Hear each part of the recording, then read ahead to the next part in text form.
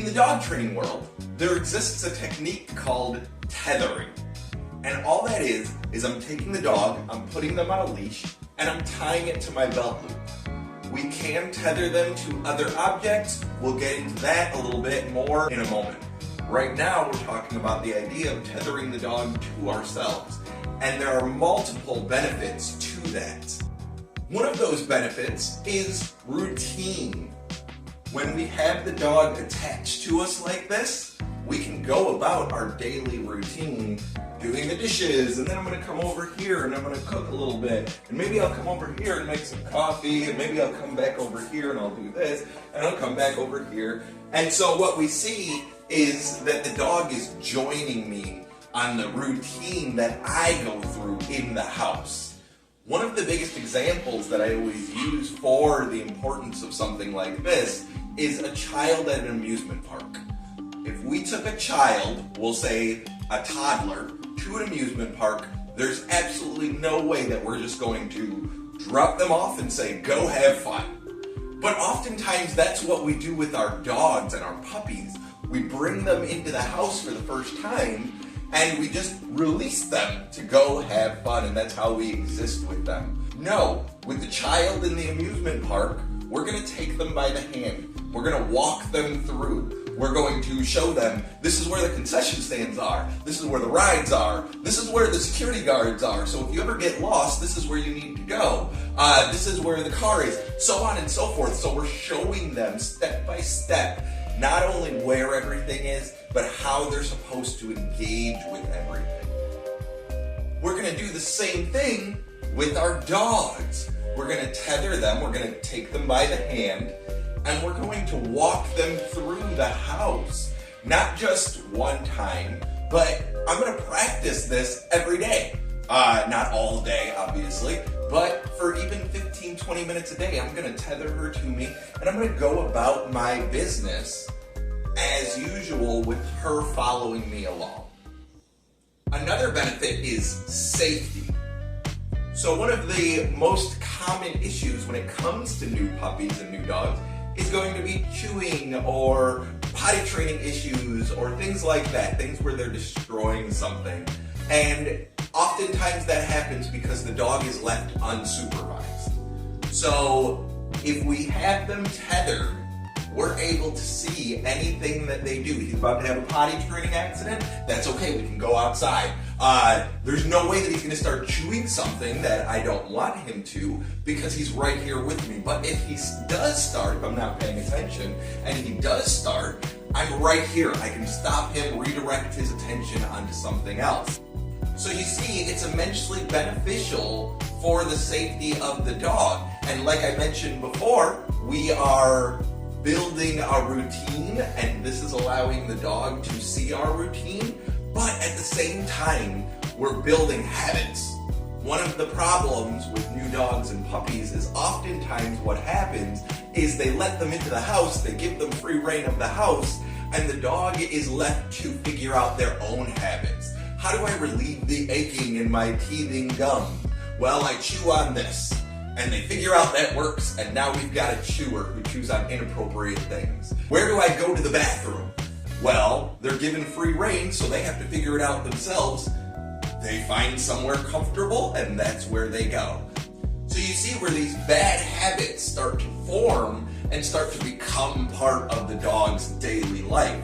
If I have them tethered with me, I can create the good habits while I'm sitting here doing dishes, or if I were sitting on the computer, maybe I can give them something that's appropriate to chew on, like a Kong or some other puppy toy or a teething toy, something like that. Something that's appropriate for them to chew on so that we're building the good habits while preventing the negative ones. And that's the name of the game when it comes to preparing a dog for your household, is going to be that we want to make sure that we are building good habits, preventing negative ones, and making an association within the household that this is how we behave.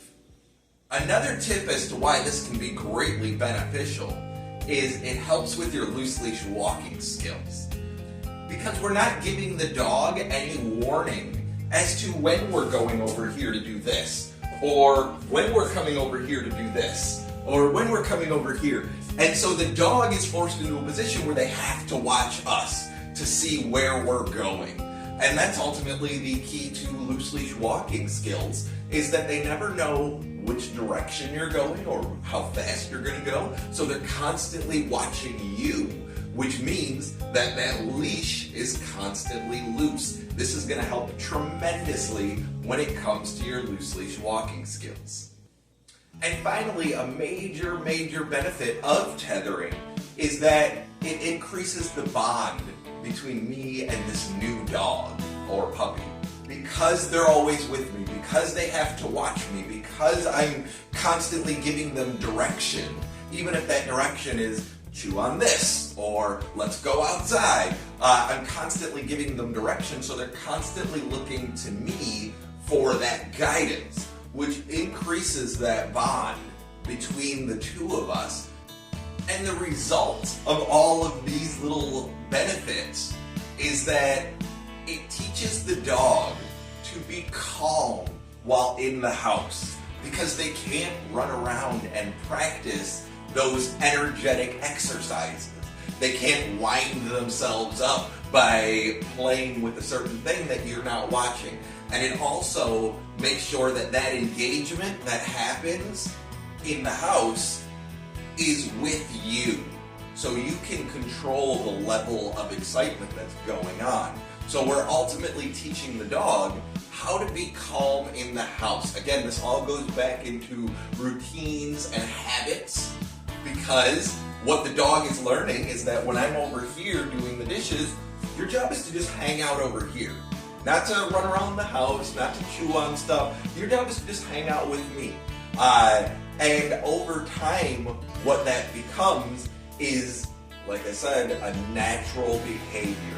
Now they know when we're doing certain things, their job is to go to this location and just hang out. As I alluded to in the beginning, we don't have to necessarily tether the dog to ourselves. For this particular exercise, where we're trying to teach the dog how to be calm in the house, how to develop certain habits and routines, yes, we're having them tethered to ourselves so that we can move around and they can follow us. If we're going to be stationary, sitting in one place, maybe you don't want the dog tethered to you.